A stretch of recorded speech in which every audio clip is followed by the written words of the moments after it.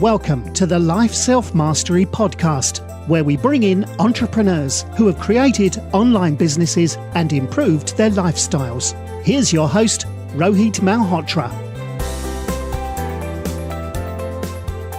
Hi everyone, I'm Rohit from lifeselfmastery.com, and today we have Tom Corley, who is the author of Amazon #1 best-selling book, Rich Habits, The Daily Success Habits of Wealthy Individuals, and who also blogs at richhabits.net. Tom is a CPA, CFP, and holds a master's degree in taxation. Tom is an internationally recognized authority on habits and wealth creation. Welcome to the show, Tom. Thanks for having me on your show, Rohit. I appreciate it. Can you please share your journey on why you started researching on your rich people and their habits? I was born and raised until the age of 9 into a very wealthy family. My dad was a very successful entrepreneur. He owned the distribution channel for tools along the northeast of the United States. And his business partner, died at a very young age. He was 39. He was in charge of sales, his business partner. So my dad then knew he wasn't an expert in sales or that part of the business. So he sold the business at the time for about $4 million, which was about $20 million in today's dollars. And he received the first installment, and didn't receive the second and the third installment. So the business reverted back to my dad. And that was 18 months later. He inherited essentially a business that was very different from the one he had built up over a 15-year period. And we now know that the former owners, the individuals he sold the business to, who lost the business back to my dad, they burnt his business to the ground, and he lost all of his inventory. So we literally went from being multimillionaires overnight to, just struggling to survive and stay in our house. And this went on until I was really through college. That story kind of stayed with me. I lived in mostly poverty or struggled financially for most of my childhood and into my teens and my early adult life. And then back in 2004, when I took over the helm here of the CPA firm, Serafis and Company, a small business client came into my office. He was struggling financially, and he was trying to get a line of credit from a bank. I couldn't help him at such a last minute, and he couldn't make payroll that week, and he started crying, and he asked me what it was that my successful clients did that my unsuccessful clients didn't do, and why do they fail? He just wanted to know really what it takes to be successful and what to do to avoid failing in life. So I started doing research on this, and it evolved into a 5-year study on the daily habits of the rich and the poor. I think I interviewed 351 wealthy and poor people, and I asked them about 52,000 questions in total. And then when I was done, I analyzed their responses, and I came up with what became kind of famous, I guess, in some respects, my Rich Habits research summary. That's kind of how I got into this. That's an amazing amount of work, putting up 52,000 questions is a lot of work. You've also identified 300 different habits, which distinguishes, people who become rich or, people who are poor. So did that derive from the questions you asked from people?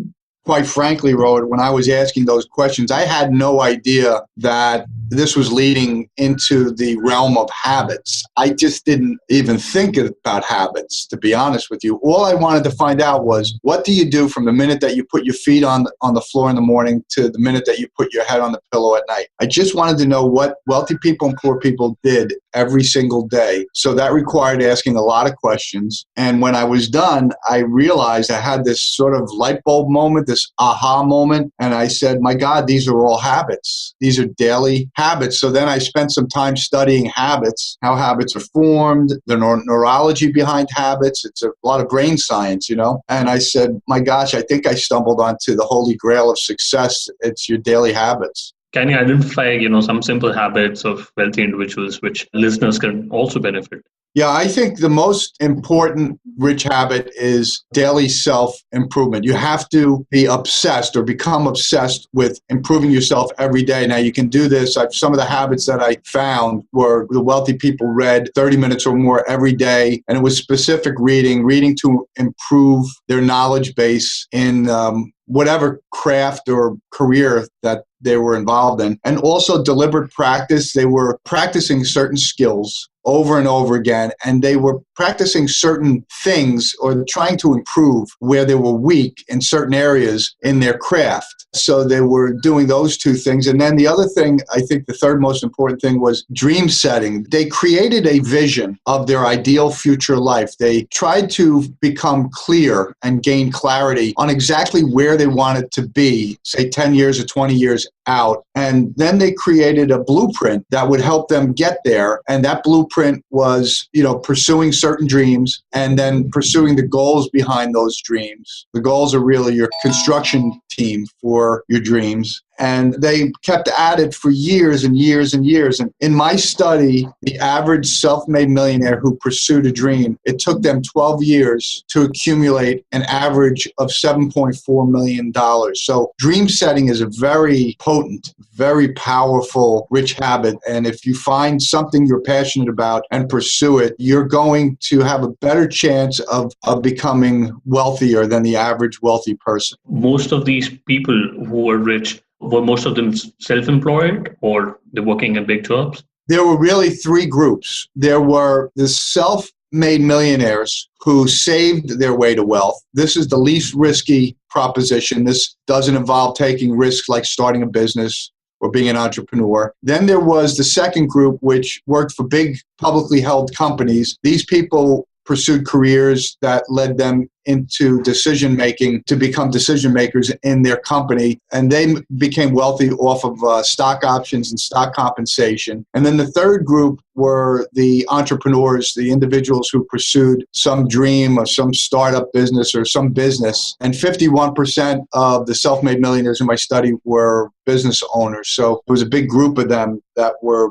following their dreams of being an entrepreneur. So it's really three groups. And that's interesting because you don't have to always start your own business. You can work in a big company and save a lot of money and, invest it wisely to become a millionaire. As long as you're working for a big company that offers stock compensation, because that's almost invariably how 100% of them became wealthy. They got paid in stock and in salary, but the stock compensation was grossly disproportionate to the work that they did. So they became millionaires as a result. That's very interesting. And you also pointed out that a lot of rich people do aerobic exercise for 30 minutes. So was that a deal breaker among, poor people or rich people? Yeah, that caught me by surprise, to be honest with you, Rohit, because I always had this perception of wealthy people being fat and smoking cigars, and just not healthy. And what I found was the opposite. Most of the wealthy people in my study were in tremendous shape. They were healthy. They exercised 30 minutes or more aerobically every day. Many of them even lifted weights. And when I peeled the onion to find out why, I found out that exercise, particularly aerobic exercise, actually helps improve your IQ and your memory. It helps in long-term potentiation, which is long-term memory. It helps create more of a protein called BDNF, which helps maintain and grow brain cells. It helps increase the flow of oxygen into brain cells, which helps in oxidizing the glucose and the ketones that the brain cells take in. And oxygen also helps scrub the cells clean of free radicals. So whether they were aware of it or not, the aerobic exercise was actually improving their brain performance and making their brains healthier. And as they got on with their careers and their businesses, their brains actually improved. That's a very interesting insight. And also, a lot of them do listen to audiobooks and they read a lot on the way to work. That's another insight which you had mentioned. Yeah, they also listen to podcasts. They watch or listen to TEDx interviews. Their incessant curiosity leads them to do these things. They're curious and they're thirsty for knowledge. So they're looking for venues like podcasts that offer information, interviews of people like myself who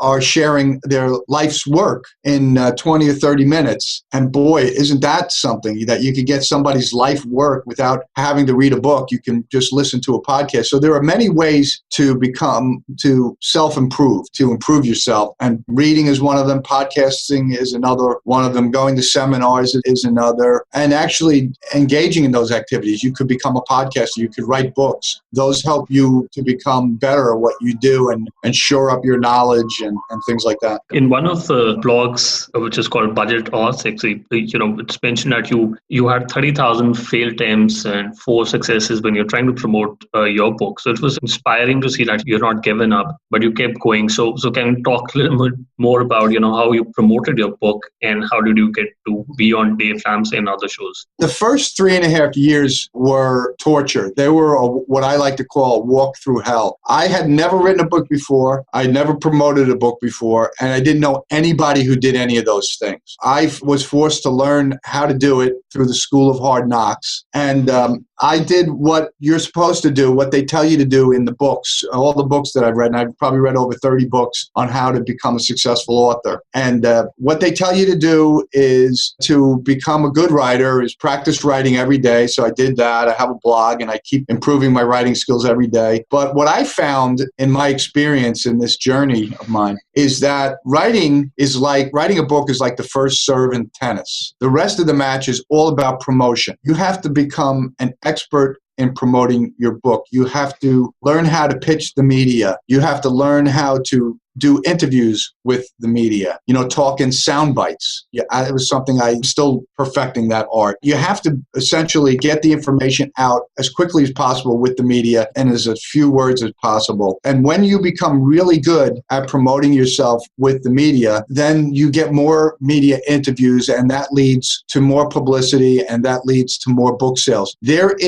I can tell you, this is 100% guaranteed. There is a direct correlation between media exposure and selling books. The best authors in the business are experts at promoting themselves to the media, and they sell a lot of books as a consequence. You made sales from your first book, and then you followed up with your second book, which is Rich Kids, and then with your third book, Change Your Habits and Change Your Life. So is selling books the main way you generate your income, or you also, speaking at conferences, or still have your days off with you? No, I actually have 4 income balls in the air that I'm juggling every day. I have my CPA business, which is a firm that does about $800,000 to $900,000 in revenues a year. I have my financial planning business, which does about $100,000 in revenues, and I have my author business, which now does about $100,000 in revenues. And my new business is the speaker business, which really I kind of began 2 or 3 years ago, and that's evolving. And I don't make a lot of revenue from that, but the more exposure I get in the media, the more speaking engagements, paid speaking engagements I get, and I charge between $7,500 and $10,000 for each engagement. So I'm starting to make money doing that, and it's difficult to have all these balls in the air. But what I found from my research, I'm just taking a page out of the book of the self-made millionaires. The 65% of the self-made millionaires in my study had 3 streams of income, at least 3 streams of income. 45% had 4 streams, and 23% had more than 4 streams of income. So I'm trying to create multiple streams of income, just like the self-made millionaires in my study. And it's doubled my income since I started doing that. And it's made a lot of the worries and the stress that I have go away. The financial stress is not there anymore. So that stress is bad because it's unhealthy. And so I have less of that stress. So as a consequence, I'm healthier and my mindset is more positive. So it's a good thing.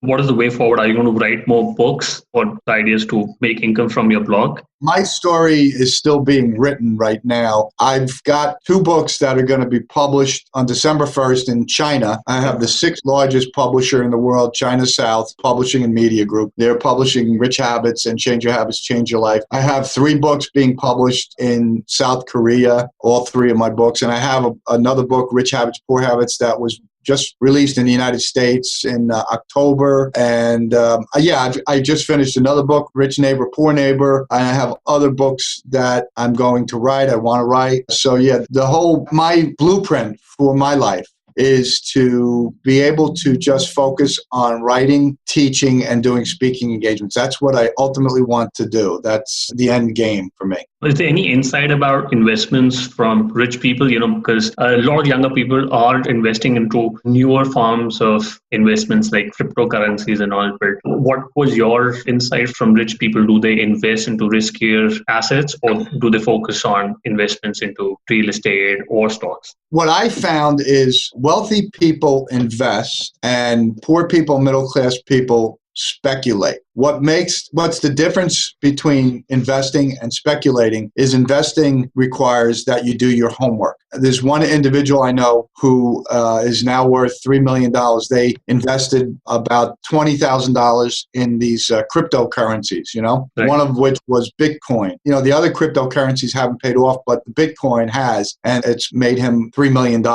So this individual, he studied cryptocurrencies. He studied the industry long before anyone even knew the industry existed. He was studying it. He was interested in it, and he invested in it. Once he had enough knowledge and expertise, he invested in it, and luck finds the diligent and the persistent and those who do their homework. And that's good luck. Bad luck visits those who don't do their homework. And so he got lucky because he did his homework. That totally makes a lot of sense. Let's quickly do the top three. What's your favorite business book? Well, my favorite business book by far is How to Win Friends and Influence People. I think that's the most powerful book out there. But there are other books that I really like. There's Talent is Overrated is a very powerful book. And The Millionaire Mind by T. Harv Eker, another very powerful book. I would say those three books, if you read them, you'll get a really good understanding of what it takes to become successful. If you could go back in time when you started your business, what is the one thing you would have focused on?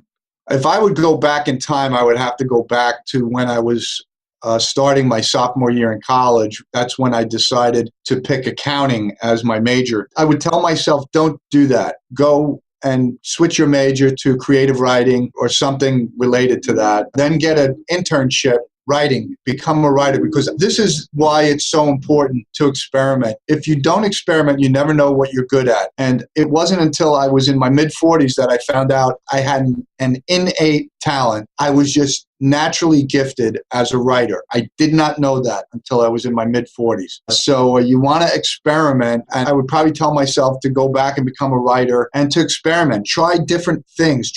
Explore different careers. Don't get stuck in one career because you never know what you're going to be good at. And I think too many of us, we pick one career and we stick with it for our entire lives. And then at some point we are unhappy and miserable because we're doing something we don't love. So you got to find your passion. And the only way to find it is to experiment. So I would tell myself to experiment and to pick up writing because I now know that that's an innate talent that I possess. That's an interesting insight because, I was a stockbroker and I was miserable at being a stockbroker, and I did, experiment writing books, doing a podcast and doing other things. So, listeners would be happy to know that, even in your mid-40s, you experimented and looked at different options. So that is amazing. And what's your favorite online tool? For example, Gmail or Slack? I have to say Twitter, even though the payoff is, the investment in Twitter is significant. I use Twitter to pitch the media, and if it wasn't for my tweet pitching, I wouldn't have sold as many books as I've sold. I wouldn't be as the best-selling author. I wouldn't have been successful. I wouldn't have gotten all this media attention. It was Twitter that pulled me out of the cave and put me on the map. So Twitter by far, social media in general, but Twitter more specifically. Facebook is okay. I've had some success on Facebook, but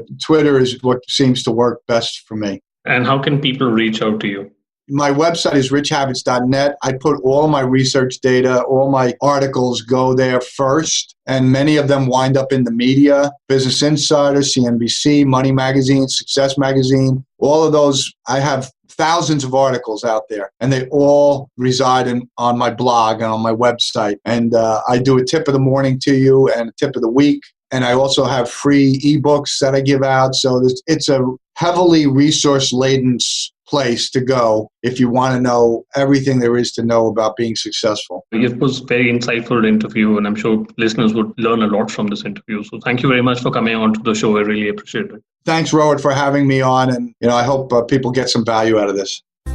Thanks for listening to the Life Self-Mastery podcast, where we teach you how to start and grow your online business. For more information, visit Rohit's blog at www.lifeselfmastery.com.